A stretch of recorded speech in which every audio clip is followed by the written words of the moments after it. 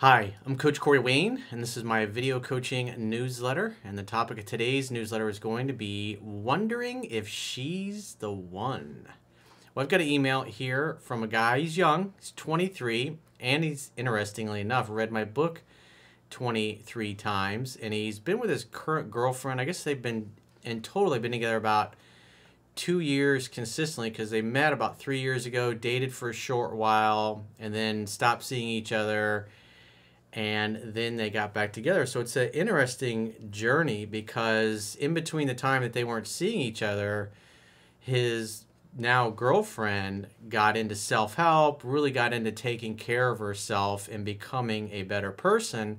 And so when he started dating her again, I mean, she had significantly improved everything in her life.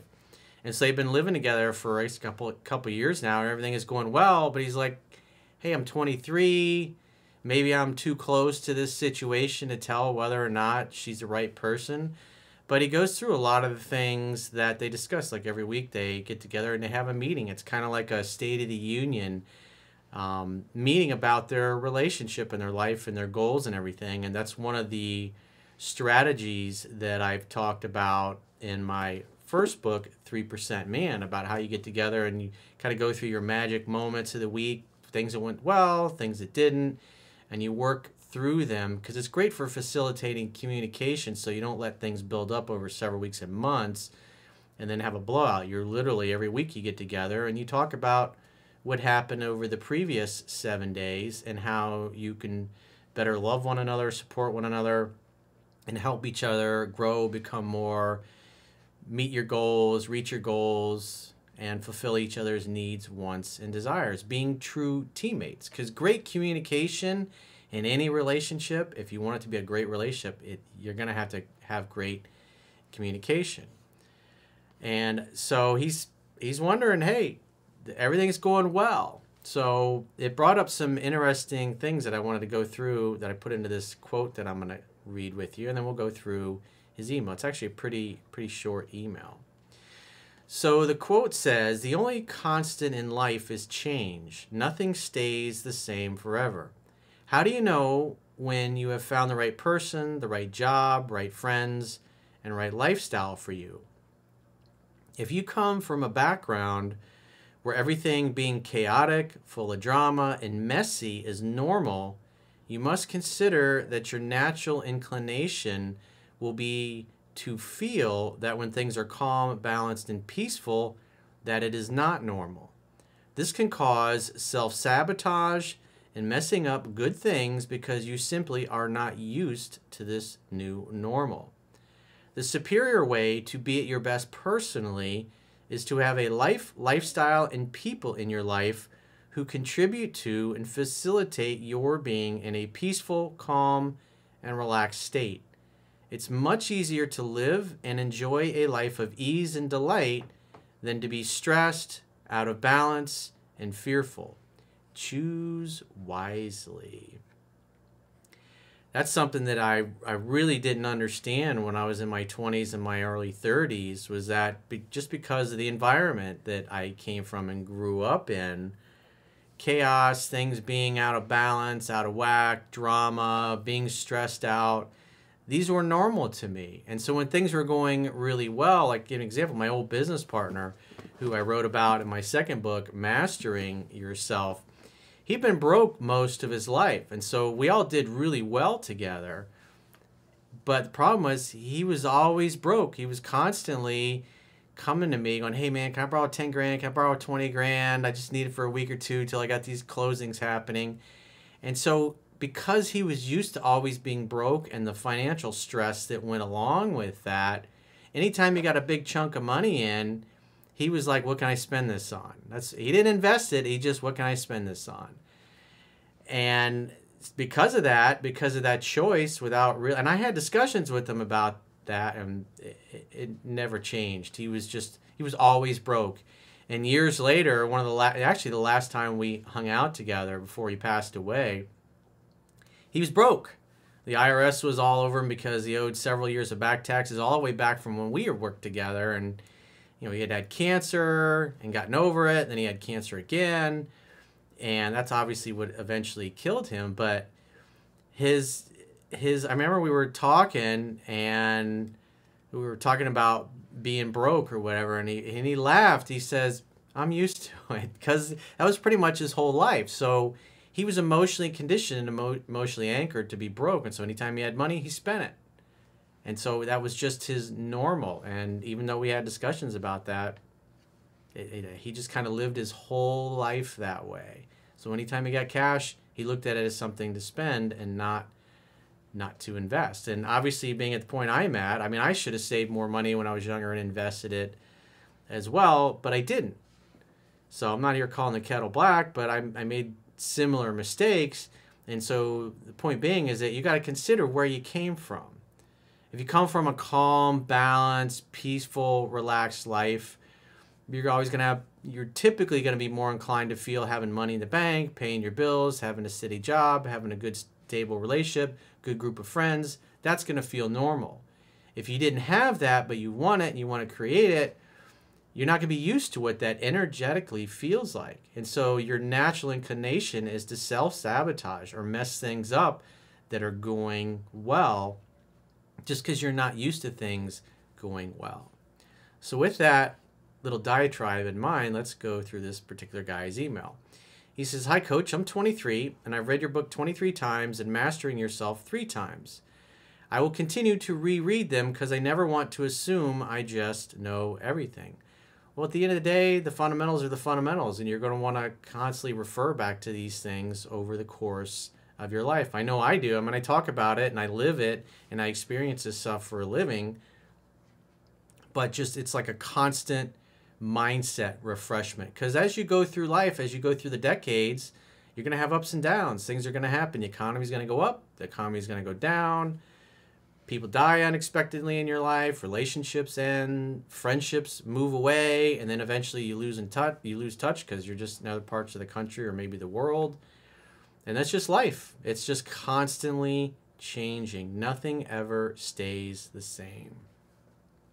So you have to get good at adapting to and expecting change and expecting the unexpected. And when it comes to money, having money in the bank, so you have plenty of cushion when things go sideways. He says, "A little history on the girl I am in a relationship with now. We got connected years ago through a dating app and met up on the beach for a lunch date. This is when I was only watching your videos." In other words, back when he was cherry picking. "We went out to various places like the museums, skating, hiking, etc. I purchased your book after the first date because I had been cherry picking through your videos and needed to learn the basics. I kept it short, and I asked her to be my girlfriend, and she rejected me because obviously he didn't know any better. She rejected me, so I decided that I wouldn't pressure her anymore by only hanging out, having fun, and hooking up." That's the magic formula, because the relationship, that's, as I said yesterday's video, that's not your AO, bro. That's the area of operations of the woman. So stay the hell out of her AO and focus on your AO, which is hanging out, having fun, and hooking up, creating the next opportunity for sex to happen. She eventually grew feelings and started saying, "We can't hang out." And I did the takeaway a few times and it worked, but she kept fighting the fact that she had feelings for me. I ended things because I felt it was necessary because she didn't know what she wanted. And he was obviously tired of getting jerked around, because you get emotionally excited about somebody and their life is kind of screwed up, they're kind of screwed up, and they can't handle things going well. Granted, obviously from what he said, you could tell he over pursued a little bit, tried to lock her down, but you'll see she obviously had some stuff that she needed to clean up, which hasn't been revealed yet because we haven't got to that part of the email. 8 months passed, so I was dating other people during this period, and then I decided to reach out again to see how she was doing and possibly go out on a date. She had done a complete 180 and started reading self-help books, stopped smoking weed, and scheduling her life by thinking where she wanted to be in the future. I was skeptical, so in other words, she really actually did take time to work on herself. And unlike most women who say, "I need to work on myself," she actually did something about it. And that's the crazy thing, that for those of you who've been following me for a while, where it's Mastering Yourself or 3% Man, when you try to teach or share these things with people that you know need it, the ones that need it the most are the ones that are least willing to hear what you got to say and make any kind of changes. I was skeptical, so I dated her for 2 months before assuming she actually changed. So he smartly was looking at her actions, because especially when it comes to self-help, most people just don't stick with it. One thing that was interesting back when I was in Tony World and I was a platinum partner is back in the 80s and the 90s, he had an infomercial that would be on, and he sold his 30 Days of Personal Power tapes. So they were tapes, and then eventually they were CDs once CDs became big. And what you did is you listened to a different one Monday through Friday, and then you had a little exercise at the end of it. And as the 30 days, as the weeks went by, the exercises got longer and longer. And so it's kind of like building muscle and building momentum. Instead of having a 2-hour exercise at the very beginning where most people are going, oh, that's too much work, and they quit, that doesn't come until later. And so when you first start doing exercises, it's a few minutes at a time over the course of the first few weeks. And so what was interesting is when when he had his staff, I think he had some companies he had hired, out of all these things that we're selling, like, what are the results? And so it was interesting. And so out of every 100 of these that he would sell, I think they were $200-300 for the whole course at the time, with all the CDs or the tapes, depending on which one you got. And so only about half of them, so out of 100, only about half of them actually took the shrink wrap off the package. And then out of those 50 that took the shrink wrap off, I think it was like maybe 10 of them actually listened to one CD all the way through. And then it was only like 3 or 4 out of that 100 that would do the whole 30 days, the 30 days of personal power, meaning they would listen to each CD on the day they were supposed to, and then they would do the exercise afterwards. And even after that, after the ones that did the exercises and went through all the tapes, it was only like 1, maybe 2 out of the 100 that made any real significant lasting impact in their life. So you got 100 people that supposedly were interested in self-help and were going to do something about it, spent the money, got the tapes, got the CDs, and maybe 1 or 2 out of 100 really did well with it. And another reason why that 3%, that I got in my book here, 3% right there, it's kind of a big number, but it's a small fraction of people that are really willing to do the work. And so, back to our email here, he waited to just see, because obviously he'd been learning enough from me to know that most people just don't make the lasting changes that they should. They talk about what they're going to do, but they simply don't have the right mindset and control of their emotions to actually follow through on a consistent basis. So for those of you who've had the frustrating experience where you tried to share 3% Man or Mastering Yourself with somebody you care about, and their attitude is, yeah, I don't have the time. Try to help the people that are open to it, but most of them are not going to be. That's just reality. Unfortunately, it is what it is. So she hinted for us to get together a lot, which eventually got to the point when we became exclusive, then had moved in together a couple months in, which brings us to today. 2 years later, and both of us have grown, talked about many subjects, and having exclusive executive meetings, he calls it, every weekend to see where we are personally, spiritually, and business-wise. So that tells me the fact that you've been doing this for 2 years, because here's the interesting thing. You make a change in your life. If you can make it to 30 days on a consistent basis with that change, whatever it happens to be, whether it's exercising or drinking Corey's green juice or alkaline smoothies, whatever it happens to be, if you can make it to 30 days, you can make it to 6 months. And if you can make it to 6 months being consistent, then you'll make it to 2 years. If you can make it to 2 years, then you'll do it for a decade. And like one of the things that Wayne Dyer used to say, it's never crowded along the extra mile, because the reality is almost everybody falls out and gives up at some point along the way. And the fact that now they've been doing it for 2 years consistently, Statistically, the odds are in their favor. They can go, now that they've gone 2 years of doing this and things are going well, the chances of them making it a full decade, you have the best odds. The odds are best in your favor. Numerically, statistically, you made it 2 years, so you guys should high-five each other, hug each other, and make mad, passionate love afterwards and celebrate that victory, because that's so big, because most people don't get there. Unfortunately, it is what it is. So you're out there along that extra mile, and you're looking around, and there's not a lot of people that came along with you. It's sad, but it's reality. But the word lead means to go first. Somebody has got to do it, and you guys are doing it, so congratulations. So back to his email.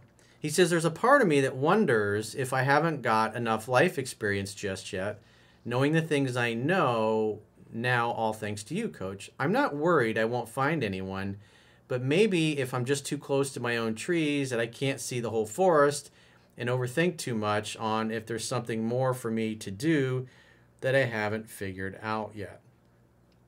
Well, based on what you shared, it's like you're doing amazing.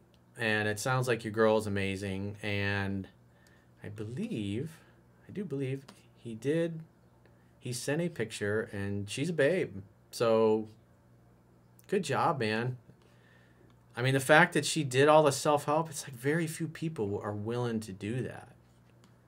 So maybe you got yourself a unicorn. So right now, if we look at her actions and what's happened, you guys have made it to 2 years and most people just don't. This level of effort when it comes to self-help, most people just don't get there. That's the reality. It's a sad reality. Tony Robbins is the best coach in the world at what he does at getting quick change and permanent change in people. And yet out of every 100 people that bought his course, you got 1 or 2 that really made any significant lasting change. So the numbers are rare. But you did it.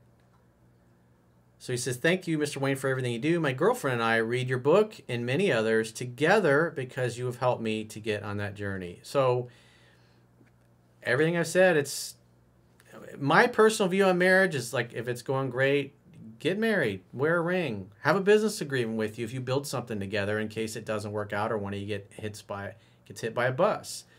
I personally wouldn't involve the government in my relationship, but you guys have stood the test of time and everything looks great. And like I said, the thing you got to keep in mind is where you came from, because if you came from a place that was chaotic and full of drama, it's understandable that things are going so well, you're going to be looking for reasons potentially to fuck it up.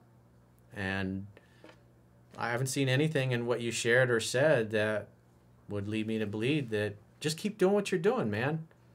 It's going great. And as far as the marriage thing, like I said, my opinion on it is don't involve the government. Because if you ever do decide to split up, it's just the only people that make out are the divorce attorneys. You just make the divorce attorneys rich. And they fleece both of you, and then you end up hating each other in the process. So you guys communicate well. You've been doing it every week. So talk about that. If it's something that's important. Like I said, from what you wrote, things are going well. Keep doing what you're doing. You're obviously inspiring to the audience. And you're obviously, I would imagine, inspiring to your friends, your family, and your peer group. So good job, man. Just remember, drama-free zone. And from what I've read, there's no drama. That's the way it's supposed to be. So you got to understand that you guys, your relationship is so unique and so different and so unusual compared to almost everybody you're ever going to meet or get to know. And you should celebrate that. And you guys should have a victory dance together. Have a naked victory dance party all weekend and do naughty things to each other. It'll make your parents blush or whatever. Have a good time. So if you have a challenge that you're having and you'd like to, and whether it's your personal or your professional life, and you'd like to get my help, go to understandingrelationships.com, click the products tab at the top of your screen, and book a coaching session with yours truly. Until next time, I will talk to you soon.